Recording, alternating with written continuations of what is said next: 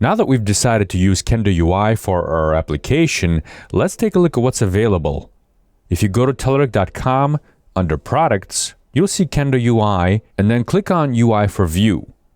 And then click on Docs and Demos in the navigation bar. You'll see all the popular components right at the top. If you scroll down a bit, you'll see all the available components under the Components section. Then under Styling, you'll see the icons, the theme builder, and the different themes that are available out of the box. If you scroll up a bit to Common Features, you'll find the TypeScript Integration section. That's what we'll be using in this course. Let's click on that. You'll be spending a lot of time in this view. Here in the left menu, you can find where we are in the documentation set. And we are in the TypeScript Integration section. Here you'll find the overview of TypeScript integration with Vue 2 and Vue 3, including how easy it is to use with the Volar Visual Studio Code extension with Kendo UI components. And this will give you IntelliSense so you can easily discover properties and functions available on the components. This will get you started with TypeScript. If you need more details on how to get started with brand new application, you can go to the Getting Started menu. Here you'll find first steps with JavaScript, first steps with TypeScript, and some other sections for setting up different frameworks and APIs. Let's take a look at the components that are available. You'll see the documentation is very comprehensive, and if we click on Buttons here, you'll see all the available options that you get when you install the Buttons package. This package contains the button group, a chip list, drop-down button, floating action button, split button, and toolbar to contain the buttons. The overview page for this particular group of components has basic usage information. It has an example as well as source code, and it shows you how to implement this in the most basic way. In most demos, you'll also be able to access a running project with the component, either in Code Sandbox or StackBlitz. This will open up an environment with a sample project where all the Kendo components are preloaded for you. You can play around right inside the browser and see your results on the right side. Alright, back to documentation. If you go a little bit further down, you'll have installation instructions, which we'll review in the next few lessons, and a list of dependencies that are required to run these components. Each component package documentation section is further broken down into individual components. So for example, the button component has its own getting started section, basic usage scenarios, and feature sets, and this goes for each component that's listed. And just like the buttons package, you'll see similar instructions for every component in every component package that comes with Kendo for Vue, including charts, the grid, drop-downs, inputs, layouts, and so on. In this course, we're going to be using just a few of these to make our application really shine. But the workflow that you're going to be using is going to be essentially the same for any of the components that you decide to use in your own applications. Front-end development has been moving into a direction where a reproducible automated build process is commonplace. This takes care of code transpilation, minification, bundling, tree shaking, and optimization of assets, all using pre-existing tools like Webpack and the loaders associated with Webpack, and similar bundlers. Setting up this Webpack workflow manually is a challenging task, so the Vue CLI was created to automate this process, as well as do many other tasks. According to the Vue CLI documentation site, the Vue CLI is now in maintenance mode, which means that it'll be supported, but they recommend scaffolding out any brand new projects using a tool called Vite. Since RPS Tracker version 1, our sample application, was created using the Vue CLI, in this course we're going to continue using this approach, even with Kendo UI for Vue. However, if you're interested in using the Vite approach, the Kendo UI for Vue docs show that process in the Getting Started section. It's important to note that whether you use the Vue CLI or Vite, the components and features of Kendo UI will not be affected at all, and you'll be able to follow along no matter what approach you take. When we install components, we're going to use the npm install command, and installing the Kendo component npm packages in our app will make the process of integrating them into our application easier. In the next lesson, I'll show you how we can get started using the Vue CLI by creating a brand new application from scratch and then adding a Kendo component to it. Let's now take a look at how we can use the Vue CLI to generate a brand new Vue 3 project, and then later we'll add a Kendo component to it. And let's head over to the command line. The first step is installing the Vue CLI. If you already have it installed, then you can skip this step. Here I'm going to paste the installation command and press enter to install the Vue CLI. When the installation is finished, you can issue the command vue-version to see what version of the CLI you have installed. Once you've confirmed that the CLI is installed, you can create a new application. You do this by issuing the command vue create and then the name of the application. I'll call mine Kendo Vue in TypeScript. Now, when you use the CLI, one of the conveniences it offers is it brings up a wizard for you to be able to configure your application. Let's go through this wizard now. It asks you to please select a preset, and we're going to manually configure things here, and then check which features you need in the project. Now, by default, Babel is selected. We're not going to use Babel, we are going to use TypeScript. So use your arrow keys to go down to Babel and press space bar to deselect it. Then you can go down to TypeScript and press space bar to select it. We are going to use a router, so select router, and you can use the default linter that's selected. Now the next step asks you which version of Vue do we want to start the project with, and we're going to select 3 here. Then it's asking whether we should use class style components. Now if you've taken the previous Kendo UI for Vue course here, then we used Vue 2 with the class style components. However, going forward with Vue 3, we're going to use the composition API instead. So we're going to select no for this question. The next question is, should we use Babel alongside of TypeScript? And we're going to select no for that. Use history mode for router, and Y is capitalized, so I'll just hit enter for the default value. Now we used tslint for the previous version of this course with Vue 2. However, since then, tslint has been deprecated and eslint is now preferred. So we're going to select eslint with a prettier configuration. Do we want to run linting on save? And I'm going to select yes for that. And the final question is, where do you prefer placing the config file? I want to select dedicated config files. This process will scaffold out your new project. Now that the project is created, I'm going to change directories into that project directory. And I'm going to open this up in Visual Studio Code, which is the editor I'm going to be using for this course. Now here you can see that TypeScript is configured. We have the tsconfig file here, and eslint is also configured here by default. I'm going to keep the package.json file open. You can see that we have Vue installed and the router. Here are the scripts in order for us to be able to execute different commands using the Vue CLI service. So we would serve the application using the serve command. We can also build for production using the build command, and we can lint our project separately. So let's take a look at the code. And here's a hello world single file component. It has a .vue extension, and I have my feature extension installed here in Visual Studio Code. I showed you this earlier, and I highly recommend you install this extension as well if you're going to be using Vue in Visual Studio Code. So now I have syntax highlighting for my HTML as well as my TypeScript code here. Notice in my script tag, I have the language set to TS, which means it's going to be interpreted as TypeScript. Let's open up the debug tab, and then let's open up the terminal and run that script, the serve script. So here I'm going to issue the command npm run serve. This will go ahead and build the Vue project for us and automatically serve it on the next available port, which is 8081 in our case here. If 8081 is occupied, it'll take the next available port.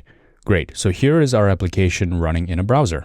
Next, we're going to add a Kendo component to this application. In this lesson, we're going to add a Kendo button to the scaffolded application. If we take a look at package.json, under dependencies, you can keep an eye on what's installed at the moment. Right now, we only have Vue and Vue router installed. Let's head back to the documentation, and you can always get to the components list by going to telerik.com/KendoVueUI/components. Let me remove getting started here. This will get you to the list of components that you can always navigate here.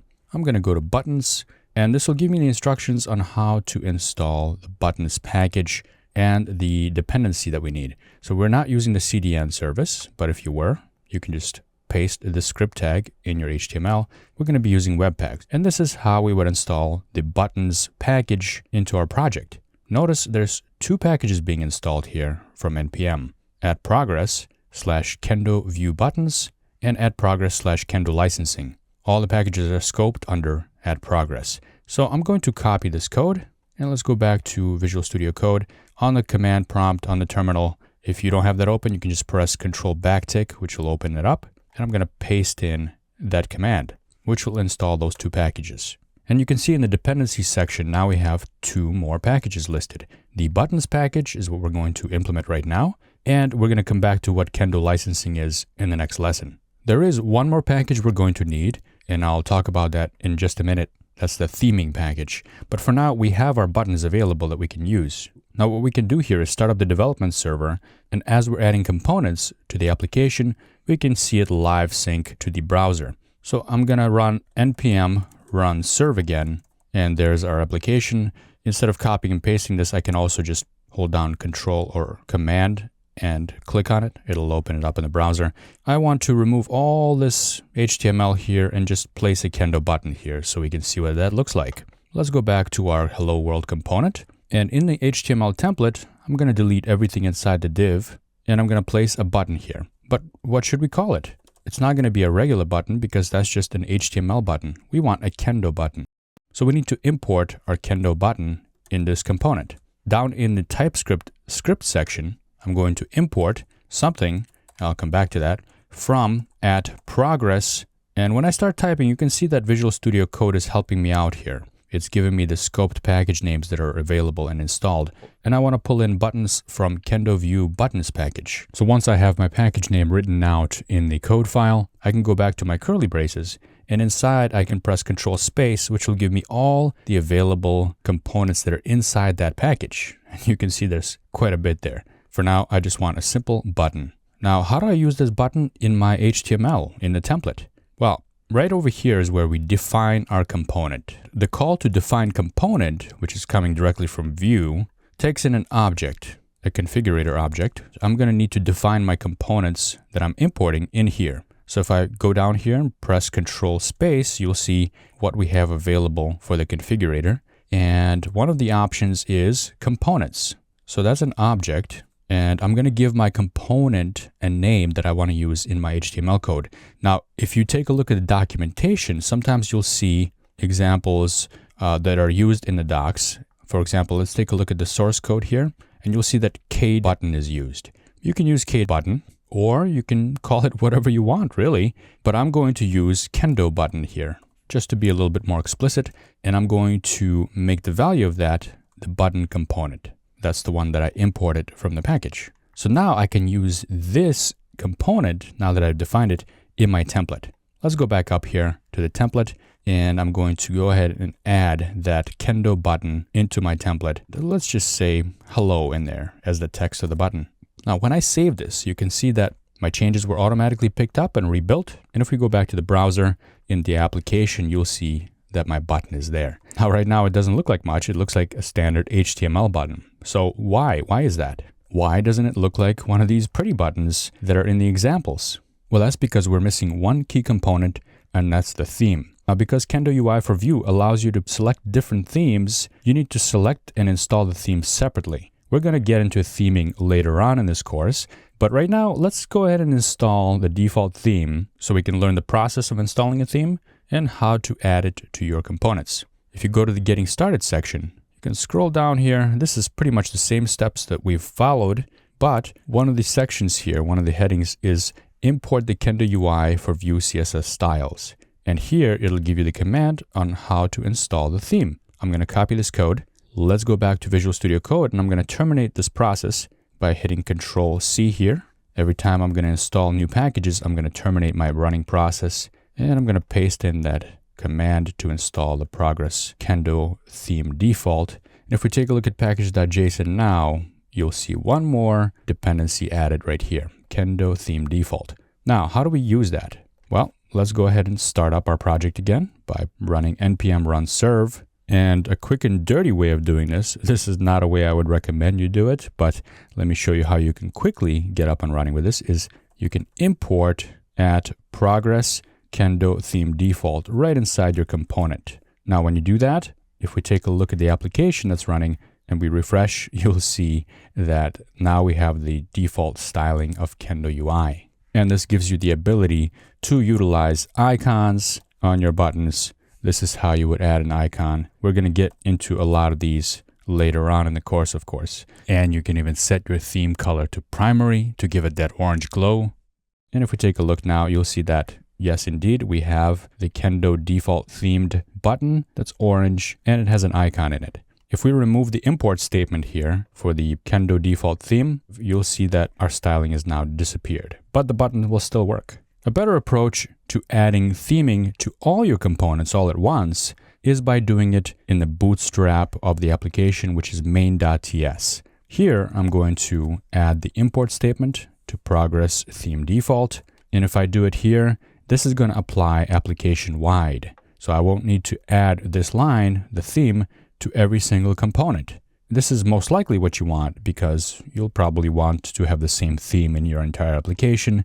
And if we take a look at the app now, you'll see that indeed that did apply the theme to our button again. In this lesson, I'm going to take you through activation of your license key for the Kendo UI for Vue suite. If you followed us so far, you remember that we installed the Progress Kendo licensing dependency as an NPM package. Well, now we're going to activate the licensing for the library. And a commercial license key or an active trial license key is required to use the library. If you're using a version of the library that's less than version 2.0, then you don't have to use the license key as it was not required at that time. Now, to find the activation link for your license from the documentation set, you can go down to Project Setup and click on Activating your license key. You can scroll down here and read the instructions. If you're logged into your account, this section will have a button to download your license key. But as you can see here, I'm not logged in. So you're going to have to log in with your account in order to download your key. And once you've logged in, you're redirected back to the page where in the download your license key section, you'll have a button in order to download your key. I'm going to click on that button, which will download my Kendo UI license text file. You can take that license file from wherever you downloaded it and drop it right in the root of the application that you've created. So in my case, I'm going to open this up in Finder because I'm on a Mac, and right next to the package.json file is where I'll paste my Kendo UI license. And there's my file with some text information in it. That's my key. And make sure you keep this string secret and not share it. So we've already completed 2 of the steps we need to activate the license. There's one more step we need to do, and that's to register the license. And we can find the instructions on how to do that right over here. This was step 1. We did the license. We did step 2 already. We installed the package. And this is the final step where we need to run npx Kendo UI license activate. So let's copy that line and open up my terminal here. I'll paste that command and execute it. And the final message that I got here is license imported successfully. However, you might notice that there were some checks that were performed, and this tool reports those checks. For example, Kendo UI license environment variable not set. Well, don't get confused by that. What that's useful for is if you want to activate your license and use it in a cloud or CI type environment where you can add your license key to CI services. And while we're not going to do that here in this course, this page will describe how to do it with GitHub Actions. This is where you would define your Kendo UI license key in GitHub. And you also have an Azure Pipelines example here as well. Please visit this page for a very useful frequently asked questions section, which is going to have the latest up-to-date information about the license key and some other related information about the expirations, when you need to update it, and so on. Also, very important that you don't commit the license file to your GitHub repository along with your code. So in the sample completed application for this course, you won't find this file when you download or clone this repository. You're going to need to add your own trial or active license file in order to use this project. All right, now we've completed all the steps that are required to set up the project. We've introduced the Kendo component and set up licensing. So now we're ready to dive into more components.